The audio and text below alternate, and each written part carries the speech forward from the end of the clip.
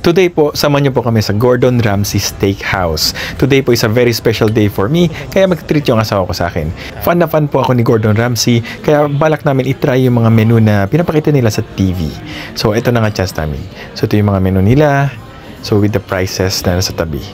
Okay, diba? So, this is just once in a lifetime. So, try lang namin. And for the drinks po, halos lahat alcoholic beverages. So, tig-isa lang kami. Since magdadrive pa kami pa uwi. Lobster risotto. And Berkshire pork belly for the appetizer. Signature, we're going for the beef Wellington and the braised beef short rib. Okay. With the beef Wellington, one seared scallop. Okay. And sides for the braised beef will be the broccolini. Broccolini. Okay. Yeah, I think that's it. And may pa-happy birthday letter pa si Kuya Gordon, no? Tapos sa drinks, water or sparkling water. Eh, syempre special day. Try natin sparkling water. FYI, hindi ko nagustuhan. Hindi pa ako pang class na tao, so siguro hindi para sa akin to. Tapos ito yung libreng tinapay sa mga restaurants kahit saan dito sa US. So, only yan kung gusto nyo. Hindi siya masarap. So, parang tinapay lang, tapos may butter lang sa gilid. And yung tinapay may salt sa taas. So, not that appetizing. Mas gusto ko pa yung sa Texas Roadhouse.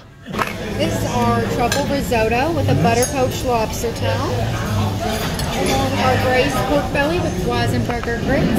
Thank you. Thanks. Tapos, just after few minutes po, dumating na po agad yung appetizer namin. Ito na po yung pork belly na Berkshire. Yan. Mukha namang masarap, di ba? Tapos, ito naman po yung lobster risotto.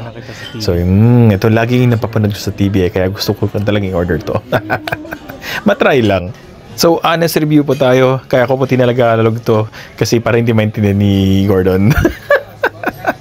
Yung risotto po is para lang siyang lugaw sa Pilipinas. Tapos, ang sahog po is mainly is yung lobster na nga. Kaya napamahal. So, parang ganun lang yung lasa niya. Tapos, may mga croutons lang nakalagay sa taas. So, hindi siya unknown sa lasa natin Pilipino. Okay? So, if gusto nyo try, yun na yung panglasa niya. Okay? Honestly, nothing that special para sa taste pad ko. Okay? But it is a personal opinion lang po. Okay? Baka iba naman sa panglasa niya. Tapos, ito naman po yung Berkshire pork belly. Mukhang talagang appetizing, di ba? Ang ganda ng presentation. So, may pork belly, may seaweed, tapos, hindi ko alam po ano yung tawag dyan. Parang, I think that's mashed potato or something. Tapos may blueberry dyan sa gilid. So, ang combination niya is honestly masarap. Ito yung sa lahat na nagustuhan ko sa mga in-order namin. Yung pork belly malambot siya eh. Para siyang yung ilang oras na, alam mo yun, na pressure cooker. Tapos ganun yung pagka-soft ng pagka-beef niya. Kaya masarap.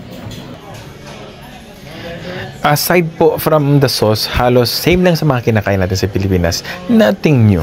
Particular sa amin sa probinsya namin, it's really similar po sa indulsaw or something na sweetened na pork, na braised pork, parang ganon. But it is okay. Isa sa mga pinakagusto ko sa order na sa night na to. Yes. Tapos after few minutes po, dumating na po yung signature dishes po namin. Unang-una po is yung beef Wellington. Kitang-kita niya naman, ang ganda ng presentation, di ba? Yung beef, medium rare pa yung corne. Para siyang nakarap sa parang tinapay or something crusty. Diyan sa gilid niya, oh. Tapos may sauce na sa gitna, nag-brown. Tapos 3 scallops pala. Kala ko isa lang. And mashed potato, I think yan, and gulay. Ano to, boss? Tapos kay Mrs. ito naman yung braised beef short ribs. Kung masarap, diba? Sabi ni Mrs. mukha dong cake. Gulay-gulay. Then yung sides, yung broccolini. Mukha siyang asparagus. Itsura nung unang tingnan namin. Pero sabi nga nila, broccoli daw to. So, sige na lang. Same naman yung nasa para sa akin yung mga gulay. Yeah, parang broccoli lang siya. Or asparagus. Nothing super special po sa side na to. The next po is yung scallop. Yan. So, unang tingin ko po dyan is talagang super sarap. Parang tama lang blend yung salt na paglagay nila and konti yung sa mashed potato. Kaya parang matching na matching talaga. Yun yung first bite. Pero yung the remaining 2 na kinain namin, medyo salty yung nasa baba kaya hindi kami natuwa. So yun lang yung first kalot na nagustuhan ko, and the rest of 2 salty na para sa amin. Then, of course, sa beef Wellington naman, mahirap siya putulin. Obvious naman sa pagputol ko, di ba? So, yeah, makapal siya, and yung tinapay na natanggal na. But, kakainin mo naman yan eh. So, isang pasukan pa rin yan lahat. Medium rare lahat ang pagluto nila. Siyempre, ididip mo sa sauce. Yung sauce nila is hindi typical na yung in-order mo dito na A1 sauce or yung huckleberry sauce na nasa food market. Parang hinahaluan nila ng wine. Kaya medyo masarap yung combination. I-try nga namin gayahin dito sa bahay. So, sa lasa naman, masarap siya. In a way, yung beef malambot. Tapos yung crust na parang sa tinapay na parang flaky ng konti na medyo crusted. Kaya masarap siya. Pero if tatanungin niyo ako kung bago yung lasa na to, parang hindi. May mga tinapay na panaderia back sa Pilipinas kung saan may mga binibenta ganito, tapos may beef sa loob. So, halos ganun yung lasa or ganun yung nag-remind sa akin sa first time na kinagat ko to. Maliban na lang sa sauce. Syempre, wala silang sauce na ganun eh. But overall, masarap pa naman yung beef Wellington. Yun lang nga, mabigat siya sa tiyan talaga. Nakakabusog kahit itong piraso lang to. Siguro, nabusog na kami sa appetizer pa lang. Plus, bigat talaga itong mga beef carne nila dito sa US. So, next naman po is yung braised beef short ribs. So, ito nga yung kinagat ni Mrs. Makita mo naman yung gano'n parang flaky-flaky niya. Excited! So sa unang kagat mga kawan is malalasan mo talaga yung pagka mixture ng beef and yung parang wine mixture na sauce nila. Kaya masarap. Overall, if I would rate this po, hindi siya ganun ka-appetizing overall. Kasi kahit masarap siya, masyadong malakas yung lasa and nakakaumay, honestly. So hindi din namin naugusto ni Mrs. Halos kalahati lang yung kinain namin dito. Again po, this is my personal opinion. And kanya-kanya po tayo sa mga taste pad, diba? So, ito talaga yung honest opinion ko lang. So, pinabalot na lang namin yung pagkain. Hindi ko namin kaya talaga ubusin. Unlimited din pala ito po. Ayoko na. Unlimited asin na naman. So, yun talaga yung American food talaga is parang salt and pepper based talaga. As hindi ako natutuwa. So, sabi nga niya sa ako, saving grace sana itong sa dessert. So, hopefully maganda.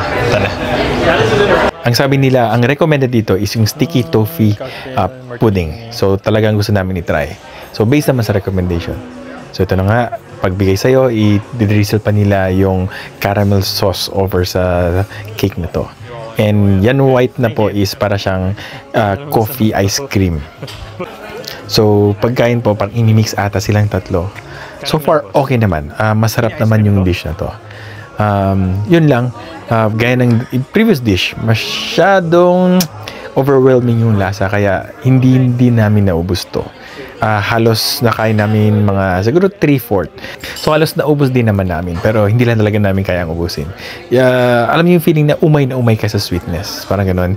Kahit may hawak na akong beer and yung ice cream lasang kape, so hindi pa rin namin naubos. Moment of truth po, ito na nga yung bill na inaantay nyo. Lahat po ng in-order namin is ito mga dishes na to, yung Banshee Whisper, Corona BT, Lobster, yung pork belly, short ribs, beef Wellington, scallops, broccolini, yung large Voss na sparkling water, 12 pala yun, and sticky toffee. So overall po, $245 plus $17 tax, and overall na price is $262.15 po yan.